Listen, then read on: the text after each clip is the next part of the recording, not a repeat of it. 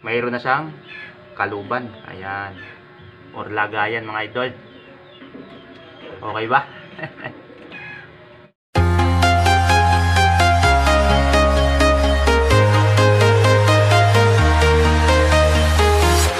I'm walking alone, the streets are empty.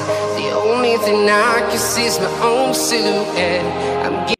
What's up mga kamuratal? Welcome back to my YouTube channel. Ayan, for today's video, gagawa po tayo ng kaluban mga idol. Kaluban ng kutsilyo or lagayan mga idol. Dahil itong kutsilyo mga idol ay dinadala ko sa bukid, sa Tayabas. Wala siyang kaluban, medyo delikado. Ayan. Kaya naisipan kong gawa ng kaluban mga idol or lagayan. Na nais ko namang i-share sa inyo or ibahagi kung paano gumawa ng kaluban or lagayan ng kutsilyo mga idol. Para naman kahit paano ay mayroon din kayong idea kung sakaling gusto nyong gumawa ng kaluban. Nice. Ng kutsilyo mga idol. Ayan. So pasensya na kayo mga idol kung may maririnig kayong mga maiingay dahil maraming tao dito sa aming paligid. Ayan. So pasensya na mga idol kung may mga ingay man sa naririnig dyan sa video. So, ang mahalaga naman yung aking isi-share mga idol. So, simula na bago nga pala ako magsimula mga idol, ay nais ko muna magpasalamat sa mga viewers natin dyan na talagang sulit na talagang kahit anong i-upload nating video ay inaabangan at tinatangkilik. Ayan, maraming salamat idol. So, let's go mga idol, simulan na natin. So, yun mga idol, ito po yung ating gagawa ng kaluban or lagayan ng kutsilyo mga idol. At ito naman ang ating gagamitin na kahoy. Ayan. Nagustuhan ko itong kahoy na ito dahil mapula siya. Hindi ko lang alam kung anong klaseng kahoy ito. Ayan, nakita ko lang dito sa gilid ng bahay. Ayan, parang ganito siya mga idol, oh. Klaseng matigas. Ayan. Kaya pag ito yung nahulmahan, tapos na i-finish natin, magandang kalalabasan ito mga idol. Hindi ko lang masyadong alam kung kita dyan sa video yung kulay niya. Ayan. So ito nga palang gagamitin natin mga idol. Kailangan natin ng pait, yung maliit lang. Ayan. Kasi ito yung gagamitin natin ng pang-ukit para dito sa ating kutsilyo. Ayan. Kailangan ng pait. Tsaka ang gagamitin nating ano ay palakol mga idol, pang kayas. Kasi wala tayong itak dito. Yung itak natin ay nasa bukid. Ayan. Nandito tayo sa Lucena City. Yung itak ko ay nasa Tayabas, Quezon mga idol, sa bukid. Ayan, kaya pala ko lang gagamitin ko ngayon. Ang una natin gagawin mga idol ay ating papakainisin muna to. Ayan. Kung may itak man kayo mga idol, okay na rin ang itak. Ayan. Tapos gagamit din pala tayo ng lapis mga idol. Ayan. Gagawin natin tong marker para do sa kutsilyo. Ito naman hindi kahit na masyadong kayasang maayos kasi ano naman to, makinis na. Ayan, ito lang ang papagandahin natin. Ayan. So maglagay tayo ng marker mga idol para alam natin kung saan tayo magbubutas. Magkaroon tayo ng kumbaga linya nung gagawin nating kaluban. So yan mga idol. Ayan.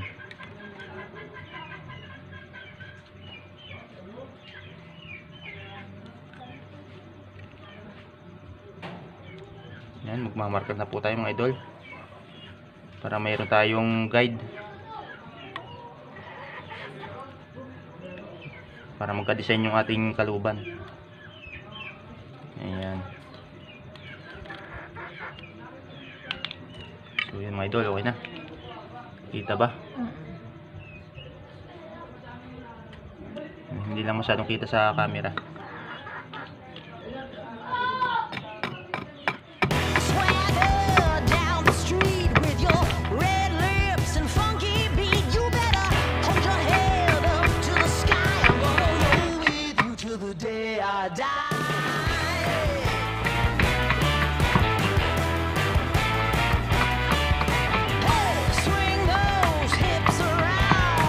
Can't stop, roll that down, my ladies. Short, tall,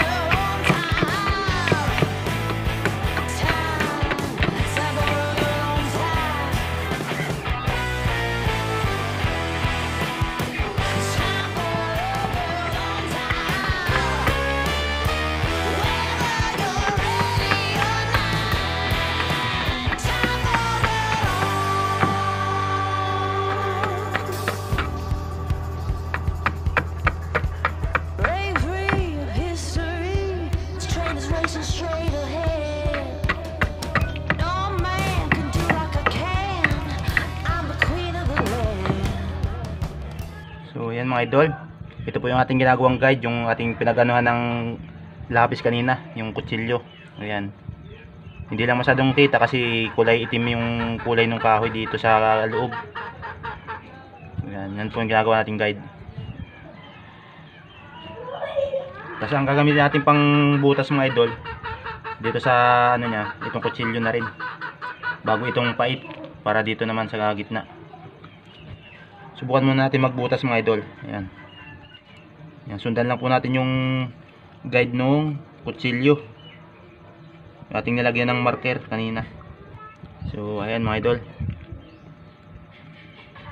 yan ang bahala sa inyong diskarte kung paano kayo gagawa ng kaluban ng inyong kutsilyo.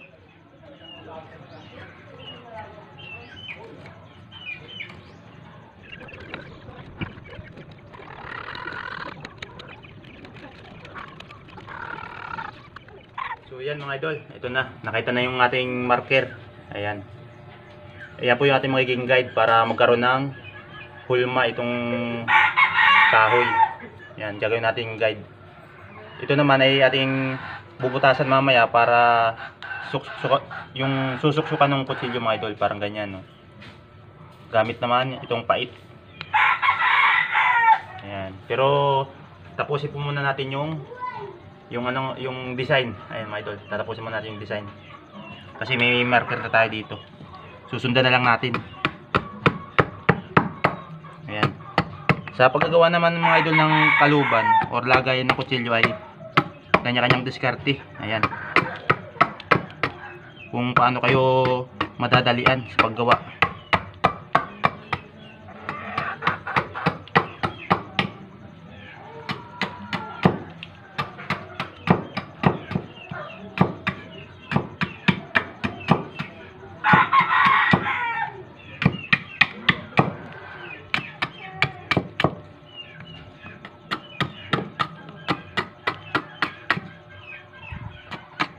Itong kaluban natin mga idol, ito ay simpleng design lang ang gagawin natin. Kasi ang mahalaga lang naman ay may kaluban or lagayan yung ating kutsilyo, para pag dinala natin sa bukid, sa linang, ay safe, hindi tayo masusugatan kasi may lagayan yung kutsilyo. Ito kasi mga idol, ito ay ginagamit ko sa pangunguhan ng dahon ng saging na ginagawa natin pambalot sa suman. Ayan, kaya nagdadata yung kutsilyo. Minsan pinangunguhan natin ng gabi mga idol para sa pinangat. Ayan, kaya lagi natin dala to. Kaya naman gagawa natin ng kaluban o lagayan. So butasan po muna natin to mga idol para dito sa ating kutsilyo. Ayan, gamit itong pait.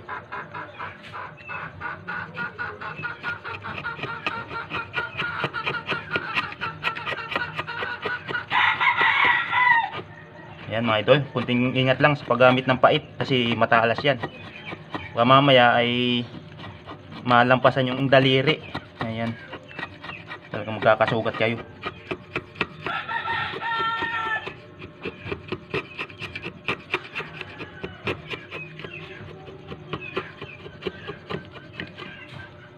Ayan mga idol, maganda yung kulay ng kahoy, mapula siya. Hindi ko lang alam kung anong klaseng kahoy ito kasi nakita ko lang to sa gilid ng bahay.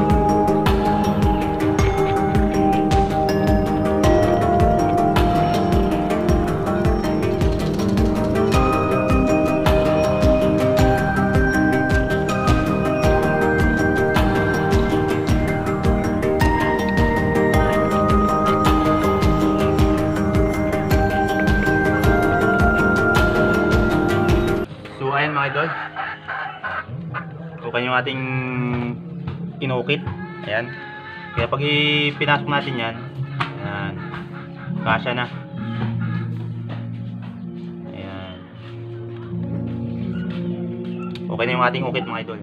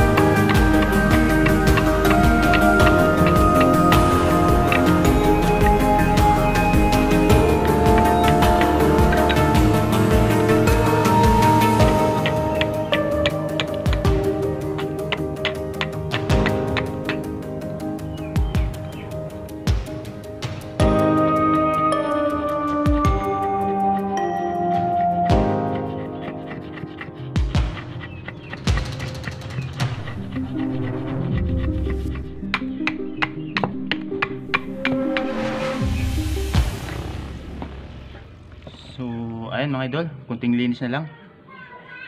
Ayan, okay na yung ating inukit. Tapos dito naman, kunting linis lang mga idol, para lumabas yung design. Ayan. Kasi dito mga idol, sa ukit natin, ayan, sakto lang yung kutsilyo. Ayan.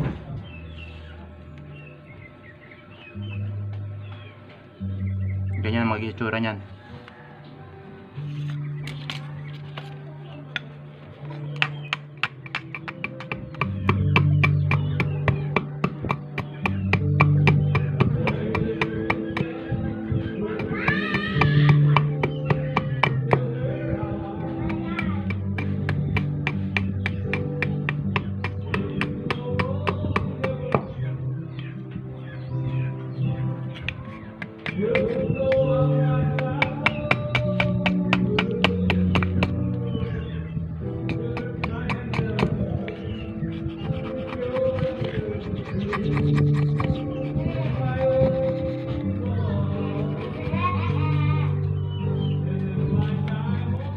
Yun mga idol, lumabas na yung kanyang design. Ayan.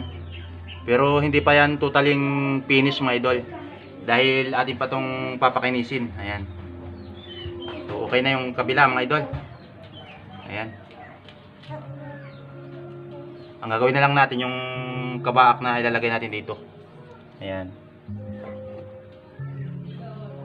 So ito nga pala yung ilalagay natin dito mga idol. Ayan. Pang takip. Baraw pa ni Daddy. So okay na ito mga idol.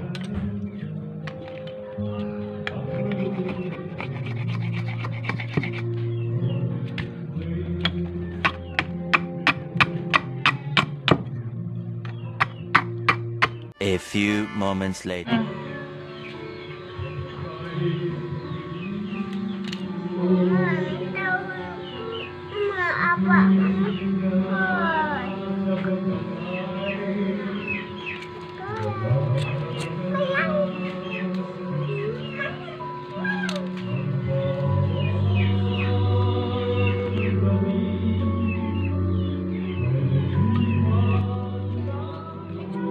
Yun na daw.